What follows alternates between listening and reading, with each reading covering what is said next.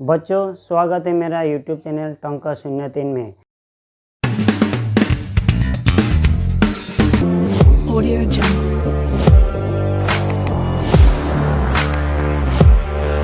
बच्चों, पिछले वीडियो में मैंने आप लोगों को आवेदन पत्र के बारे में वर्णन किया था। उम्मीद करता हूँ कि आप लोगों को वो थोड़ा ना थोड़ा जानकारी हासिल हुआ होगा। इसलिए मैंने आज एक दूसरा विषय लेके आप लोगों के समक्ष उपस्थित हुआ हूँ और आज का विषय है समाज।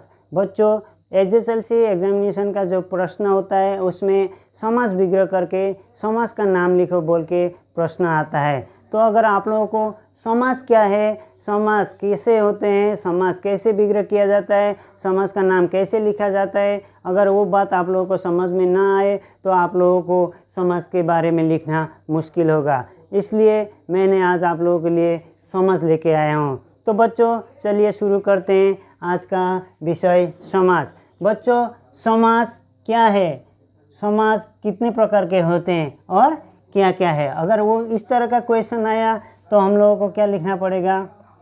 प्रश्न लिख रहा हूँ मैं, जो समाज किसे कहते हैं, समाज किसे कहते हैं, समाज कितने भेद होते हैं, समाज के कितने भेद होते हैं, भेद होते हैं, उनका वर्णन करो, वर्णन करो। तो बच्चों, मैं आप लोगों को पहले जानकारी दे रहा हूँ समाज किसे कहते हैं। समाज किसे कहते हैं बोलने से जब दो शब्द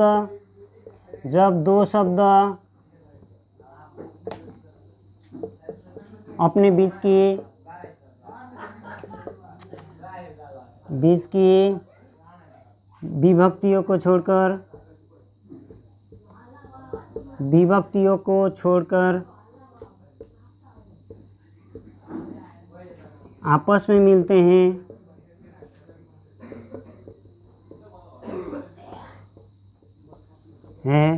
उसे समास कहते हैं, समास कहते हैं। बच्चों, जब दो शब्द अपने बीच की विभक्तियां में क्या होता है, कर्ता ने, कर्म को, करण से, अपदान के लिए, द्वारा, इस तरह का होता है विभक्तियां।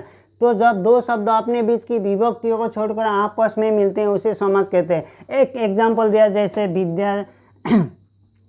विद्या का आलय, विद्यालय। तो इसी प्रकार से बच्चों समाज किसे कहते हैं, या फिर एक उदाहरण दो बोल के आया तो आप लोग विद्या का आलय, विद्यालय लिख सकते हो। बच्चों, विद्या का आलय का ये विभक्ति है। जब विद्या और आलय जोड़ा तो विद्यालय हुआ, तो जो का विभक्ति है उसको हमने छोड़ दिया। इसी तरह से अब हम लोगों को आया क्वेश्चन में है समाज के कितने भेद होते हैं। तो समाज के कितने भेद होते हैं और क्या क्या है, अब हम उसके बारे में जानकारी हासिल करेंगे। बच्चों, समाज के ऐसे तो 7 भेद होते हैं, पर उसमें से हमने नए समाज को छोड़ दिया है, इसलिए हम लोग मुख्यतः समाज के 6 भेद होते हैं लिखेंगे। समाज के 6 भेद होते हैं। एक है तत्पुरुष समास,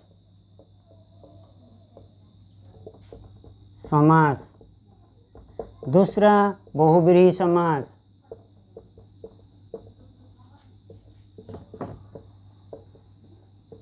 तीसरा कर्मधारय समास,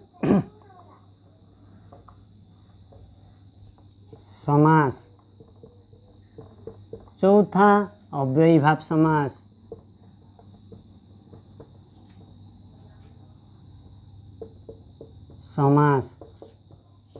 पांचवा द्विगु समास और छठा द्वंद्व समास। तो बच्चों, अब मैं आप लोगों को तत्पुरुष समास किसे कहते हैं, बहुब्रीहि समास किसे कहते हैं, कर्मधारय समास किसे कहते हैं, अव्ययभाव समास किसे कहते हैं, द्वंद्व समास किसे कहता है, द्विगु समास किसे कहते हैं, अब उसके बारे में जानकारी दूंगा। तभी आप लोग जो है समास विग्रह करके समास का नाम लिख सकोगे। तो बच्चों अब प्रश्न आया क्या कि तत्पुरुष समास किसे कहते हैं। बच्चों तत्पुरुष समास, तत्पुरुष समास, पुरुष समास,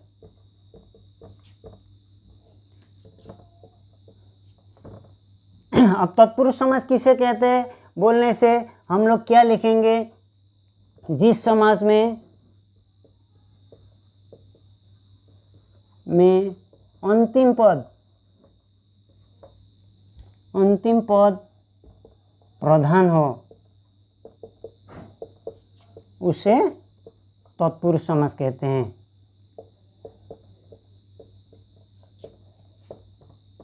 समास कहते हैं। बच्चों मैं एक आप लोगों को तत्पुरुष समास का उदाहरण दे रहा हूँ, जैसे रसोई का घर, रसोई का घर, रसोई घर।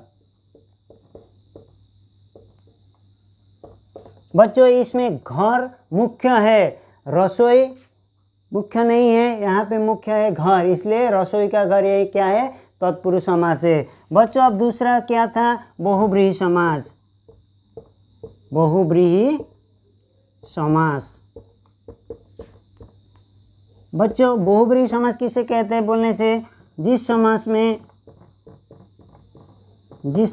में समस्त पद का दूसरा ही अर्थ निकल आए,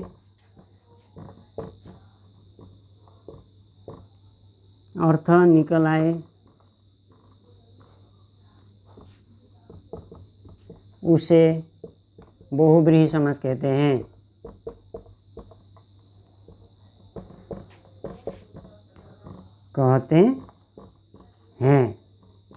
एक उदाहरण दे रहा हूँ बहुब्रीहि समास का, बिना है पानी में जिसके, बिना पानी, यानी कि बिना पानी कौन किसे कहते हैं बोलने से, सरस्वती। बच्चों मैंने क्या बोला यहाँ पे देखिए, जिस समास में समस्त पद का दूसरा ही अर्थ निकल आए उसे बहुब्रीहि समास कहते हैं। जैसे बिना है पानी में जिसके, बिना है पानी में जिसके, बिना पानी, बिना पानी किसे कहते हैं बोलने से, सरस्वती देवी को बिना पानी कहते हैं, इसी को बहुब्रीहि समास कहते हैं। बच्चों अब चौथा और तीसरा क्या है, तीसरा है कर्मधारय समास, कर्मधारय समास।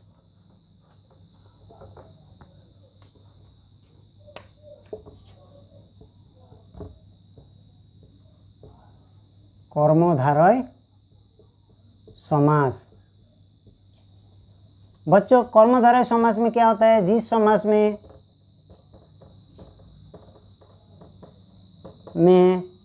पहला पद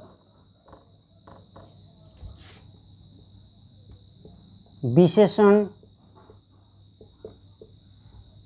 तथा दूसरा पद विशेष्य हो,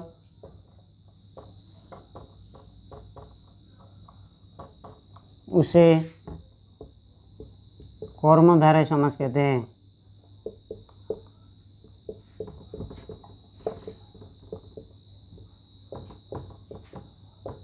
एक उदाहरण दे रहा हूं मैं, नील है जो गगन, नील गगन।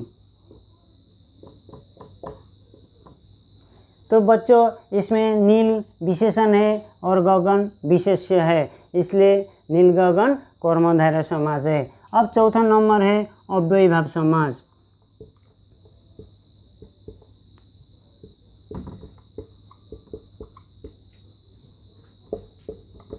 बच्चों अव्ययीभाव समास किसे कहते हैं, जिस समास में यथा, प्रति, अ, आ आदि से कोई भी शब्द उच्चारण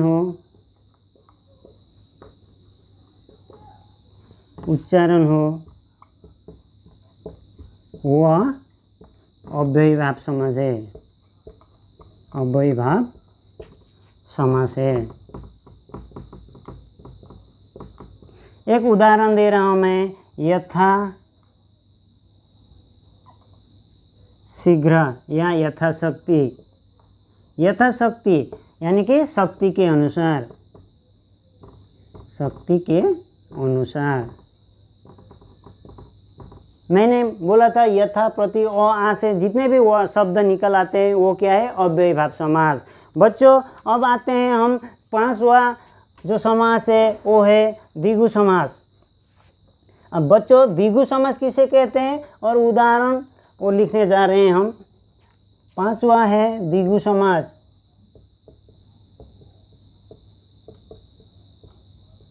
अब द्विगु समास किसे कहते हैं बोलने से जिस समास में पहला पद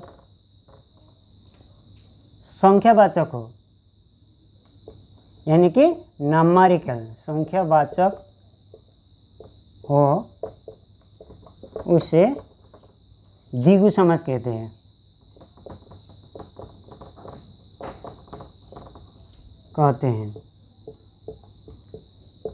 अब द्विगु समास का एक उदाहरण दे रहा हूं मैं, त्रिभुवन। त्रिभुवन यानी कि 3 भुवनों का समूह। तो भाई बच्चों क्या बोला था, द्विगु समास जिस समास में पहला पद संख्यावाचक मतलब नामारिकल, यानी कि त्रि मतलब 3, संस्कृत का है त्रि 3 भुवनों का समूह, त्रिभुवन। अब अंतिम में हमारा क्या है, द्वंद्व समास। द्वंद्व समास तो बच्चों अंतिम वाला समास द्वंद्व समास किसे कहते हैं, जिस समास में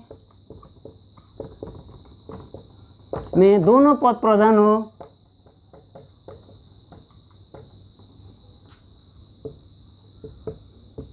हो और बीच में और छिपा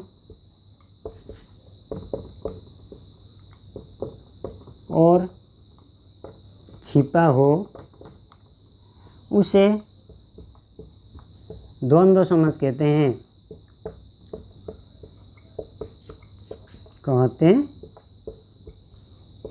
बच्चों उदाहरण दे रहा हूँ, माता और पिता।